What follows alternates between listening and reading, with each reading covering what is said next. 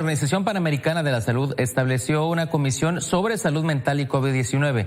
Para platicar un poco sobre este tema en México, saludo a Miguel Malo. Doctor, es presidente y representante de la OPS en México. Doctor, ¿cómo está? Buenos días. Muy buenos días, un gusto estar con ustedes. Saludos a toda la audiencia. Gracias. ¿Desde qué perspectiva, cómo es que se busca abordar el tema de la salud mental en América Latina y en particularmente en México? Mire, lo primero hay que poner en contexto, ¿no? Nosotros tenemos, en términos generales, en nuestra región ha habido negligencia con las políticas de salud mental. Desde hace mucho tiempo se va trabajando la necesidad de una reforma en todos los procesos de atención a la salud mental y colocar recursos. De los informes que tenemos en términos generales en la región, fíjese, solo el 2% de los presupuestos de los ministerios de salud están dedicados a la salud mental.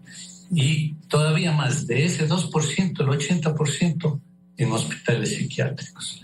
Entonces, este es un aspecto que estaba previo a la pandemia, y la pandemia lo que nos ha traído es un aumento de los problemas de salud mental, ¿cierto? La pandemia ha generado en algunos casos mayor disfuncionalidad familiar, carencias afectivas, problemas con las redes de soporte social, aunados a la pobreza, a la exclusión social, resultado de una mayor prevalencia, incidencia y magnitud de los problemas de salud mental. Estaban hablando ustedes hace poco, por ejemplo, de la violencia, que es otro de los elementos de riesgo para salud mental. Entonces, todo eso ha sucedido en pandemias, ha aumentado los aspectos de ansiedad, de depresión en la población general, particularmente también en los trabajadores de salud, y eso genera un desafío para nuestros sistemas de salud en el sentido de que, además de la brecha que ya existía, hay que trabajar todavía para responder a estas nuevas necesidades.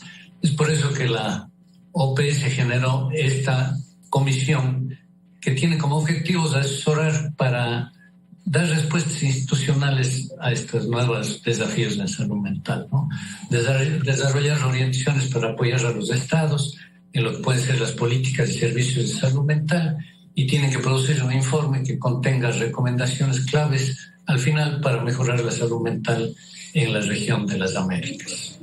Doctor, si me lo permite, quisiera hacerle preguntas sobre temas muy específicos que tienen que ver con la salud mental, porque creo que hay ciertos dogmas aquí en México en torno a cómo deben ser tratados o abordados. Si me lo permite, empezaría, por ejemplo, por el tema de las personas que están, como se les llama comúnmente, en situación de calle, las personas indigentes.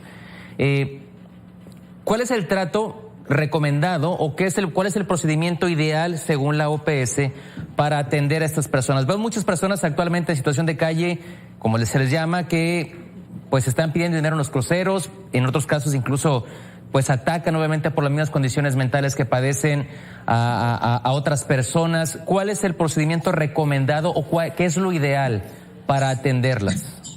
Bueno, miren, la primera cosa que habría que decir en términos generales, y creo que es uno de los aspectos interesantes de coyuntura que ustedes están viviendo aquí en el país, que fue esta reforma a la ley de salud en temas de salud mental que acabó de ser aprobada en la Cámara de Diputados, ¿no?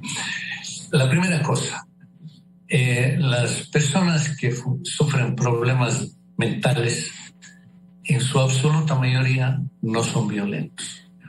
El hecho de, colocar a las personas que tienen problemas de salud mental como personas violentas es un primer aspecto del estigma general que existe en nuestra sociedad respecto de los problemas de las personas que tienen trastornos mentales, ¿no es cierto?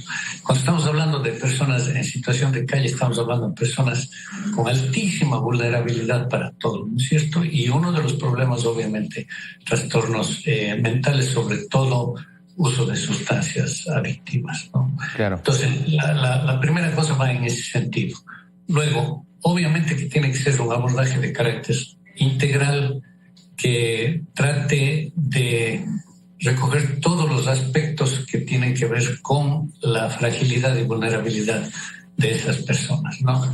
Tiene que ser, obviamente, un abordaje integral que apoye a trabajar, a ampliar los aspectos de restricción que estas personas tienen viviendo en la calle, en términos alimentarios, en términos de vestidos, en términos de redes sociales, de de ciertas vinculaciones de afecto que pudieran tener con las personas, digamos en este caso, de los servicios de salud. Tenemos experiencias muy, muy interesantes, fíjese, en la región de las Américas respecto del abordaje que se ha dado en algunas de personas en situación de calle para mejorar sus condiciones.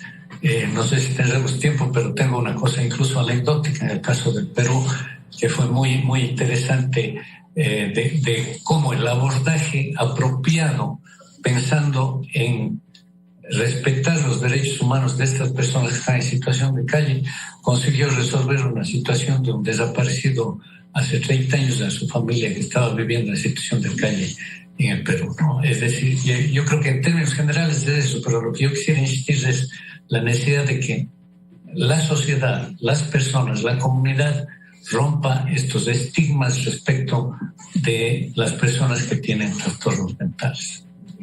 Otro punto, doctor, saltando de uno a otro, las estadísticas presentadas por las autoridades desde hace muchos años relacionan la temporada de calor con el aumento en la violencia dentro de los hogares.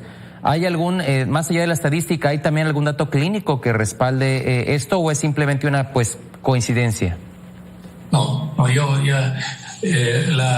lo que sucede en los problemas de violencia intrafamiliar no tiene necesariamente que ver con las condiciones climáticas en general, pero sí tiene que ver con las condiciones propias de las viviendas, ¿no? Acuérdese usted, por ejemplo, lo que sucedió en Guayaquil con la pandemia por altos niveles de calor con las personas que tuvieron su deceso y que tuvieron que ser colocadas en las calles, en fin, la propia condición de la cantidad de gente que vive asignada en lugares pequeños. Todos esos son aspectos de riesgo para generar la violencia familiar y que no tienen que ver directamente con los problemas de clima. Ahora, la salud mental desde el aspecto de prevención, es decir, detectar oportunamente casos de ansiedad, de depresión que están tan presentes en la sociedad, ¿son responsabilidad primeramente de quién? ¿Del Estado o también de la familia? Mire, yo creo que ese es uno de los puntos interesantes del contexto que le comentaba de la reforma a la ley de salud en términos de salud mental, ¿no? Es decir, los aspectos de salud mental de las sociedades en general son de responsabilidad de todos y de todas, ¿no? Hay una responsabilidad de la comunidad, hay trabajos que se está haciendo, en este caso, por ejemplo, desde la Secretaría de Salud a nivel federal, para que las personas, las familias, la comunidad pueda identificar factores de riesgo en el caso de problemas de salud mental y puedan ser referidos a los servicios de salud. Pero también hay necesidad de que los servicios de salud que están enfocados a la atención de la salud mental estén mucho más cerca de la comunidad. Fíjese, ese es uno de los principales aspectos de reforma que tiene que darse y que hasta ahora no se ha dado lo suficiente en nuestra región de las Américas. Ya en el año 90 nosotros teníamos la Declaración de Caracas donde se decía que no puede haber más hospitales psiquiátricos que se lleven todo el recurso del presupuesto de salud mental. Tienen que revestirse esos recursos para la atención en primer nivel, la atención primaria de salud cercana a la comunidad. Los equipos de salud de los servicios de salud que están en las comunidades tienen que ser los que estén cercanos a la comunidad para identificar esos riesgos y para apoyar también a las comunidades, a las familias, a que puedan las familias estar informadas en términos de esos factores de riesgo. Doctor, pues queda claro que queda todavía mucho camino por avanzar en torno a la salud mental en México, en América Latina, pero ojalá en nuestro país podamos tomar los ejemplos exitosos de avance justamente en esta materia para tratar de abordarlo de la manera correcta. Le agradezco mucho, doctor Miguel Malo, representante de la OMS y la OPS aquí en México, por atendernos esta mañana. No, un gusto. Yo solo me permitiría indicarle que sí hay un avance muy importante en los últimos tiempos en salud mental en este país, ¿no? Hay un esfuerzo serio que a nosotros nos ha tocado acompañar de la Secretaría de Salud Federal para mejorar las políticas de salud mental, los servicios, la calidad de los servicios, principalmente en el primer nivel de atención, y hay programas nacionales que antes no había, como por ejemplo el programa de prevención del suicidio, que es una cosa que se está desarrollando.